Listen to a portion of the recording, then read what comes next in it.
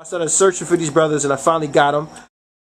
Of course, but everything's popping off, and got that exclusive. So I guess I want to just take a quick step back and kind of figure out, like, all right, what's the beginning of DMG?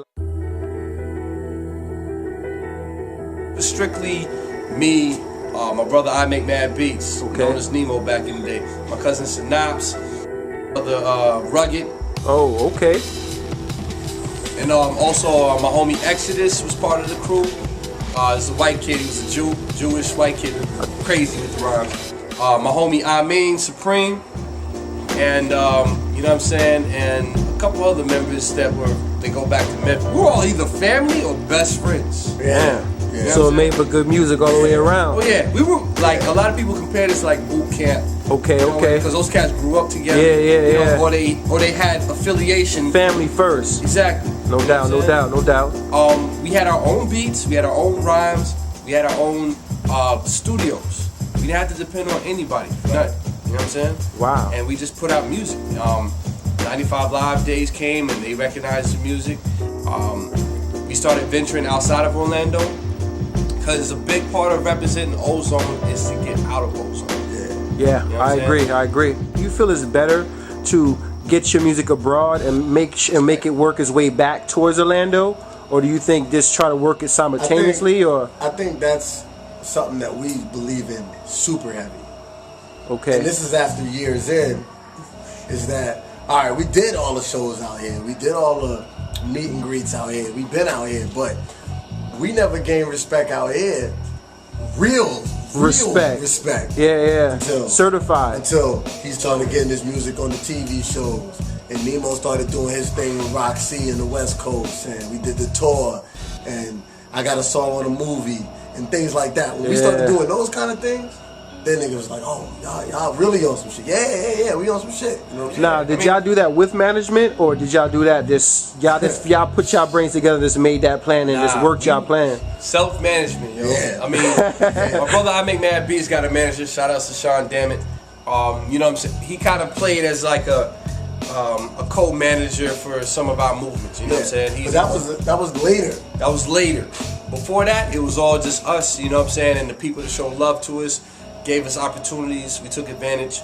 But I'll say this, man. In the conversation, I said this earlier, man. When we were younger, like in the early 2000s, like I compared P-Doc's unit to how Miami Heat is right now.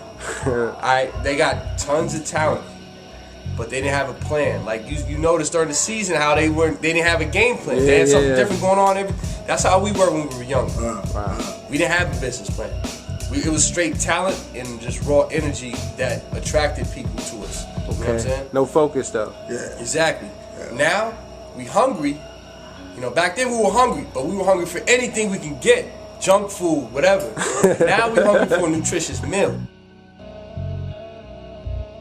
Damn. You know what I'm saying? But And the key to what he's saying is that we hungry. And the thing is, like, people always say, yo, I'm hungry, I'm trying to get it, I'm out here, but yo, and this is real talk, man. Out of all these niggas, the hungriest niggas is standing in front of you right now. The hungriest niggas, I mean hungry, starving since day one.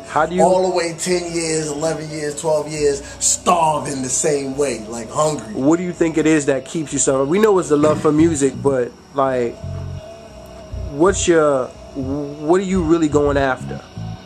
Like, is it the success, the fame? Is it that you're trying to teach people? You know what I mean? Like what is it that keeps you fired up? Legitimately, you said it though. It's legitimately a love for music. Wow. Like, what it translates to is, we do this shit anyway.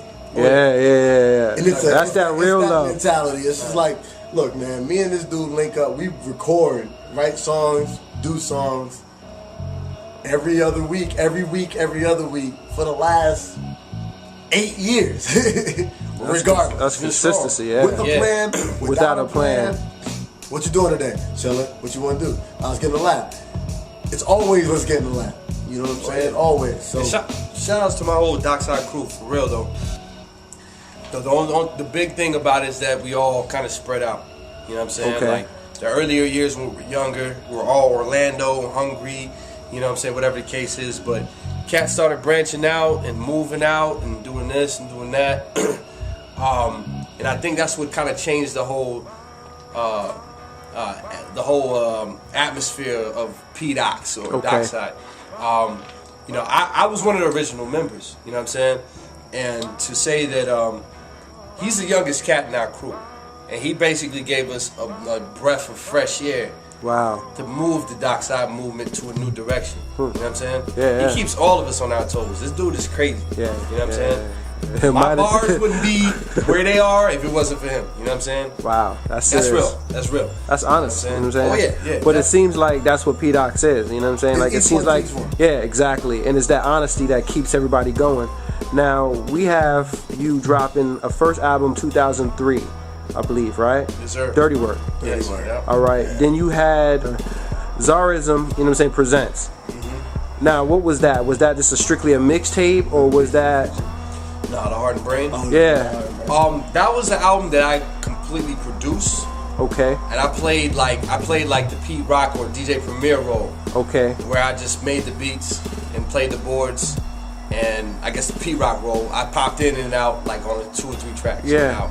But my homie Vice Major was the one that rhymed over over all of my beats on that project. You know what I'm So now, besides Vice Major, like who are some of the artists here in Atlanta that you've either given production to, or you know, in general, just rocked with that you would say, you know, help you to really start to get your name on the map out here at least, and of course abroad, of course, you know.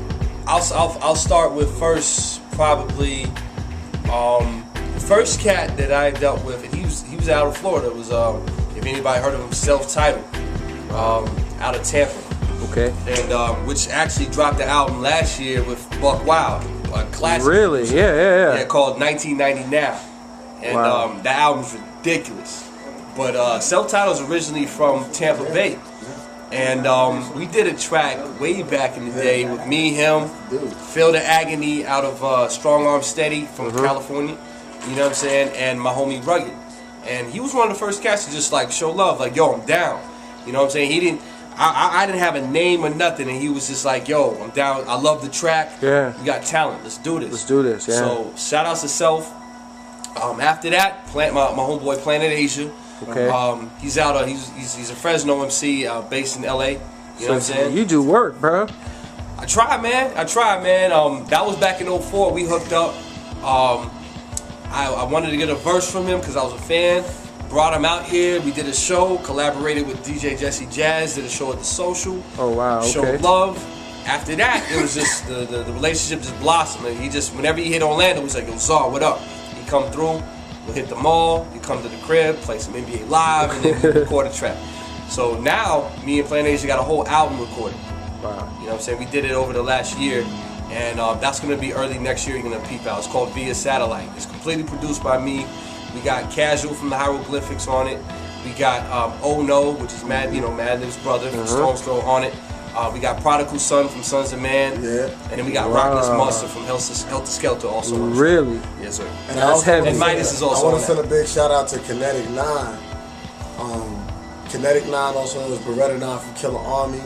Okay. Yes, sir. That was another dude that way back in the young infant stages, that was a dude that showed us a lot of love. Definitely. I met him at a RZA show. I battled some dudes from Black Knights, and he showed major love, brought us to meet the RZA, built with him, and every time he came to Orlando, he would hit me. Yo, I'm in Orlando, what's good? You know what I'm saying? What's popping? And not only would he hit me, but he would always send niggas to me. So any nigga that would come to Orlando that was down with the Wu-Tang camp, he would go, you in Orlando? You gotta hit up Midas. Midas know what's popping. Midas know this. So, you know, we just did a joint with Knife Prince. You know what I mean? When Knife Prince came to Orlando, we did a joint with Knife Prince. When Shaheem came to Orlando, I did some shit with Shaheem. Yeah. You know what I mean? The different niggas. When we went up, So y'all he called get me up that. to Shout out to New Knife York. Prince. He came to the lab. We laced He called me up to New York to do some shit for the Afro Samurai shit.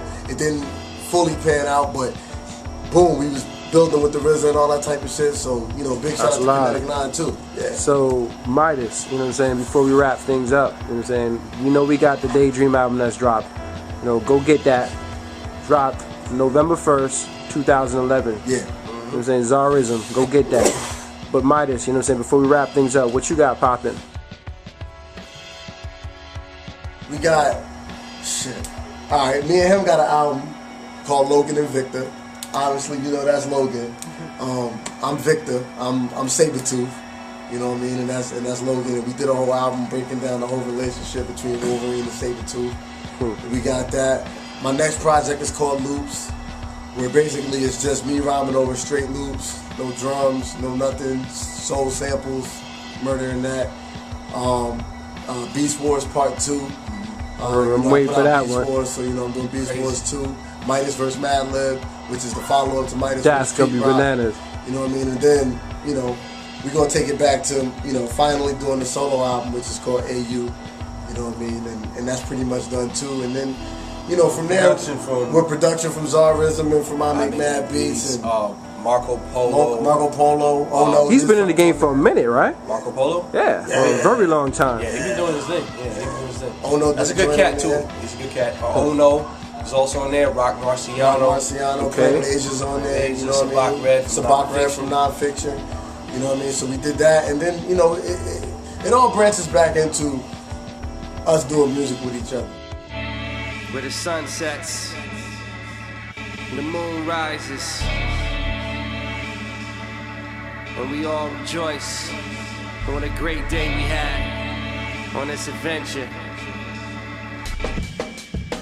We gon' thank God in the morning for another one, even though we're not promised it. Next time come around, we'll be more aware of ourselves.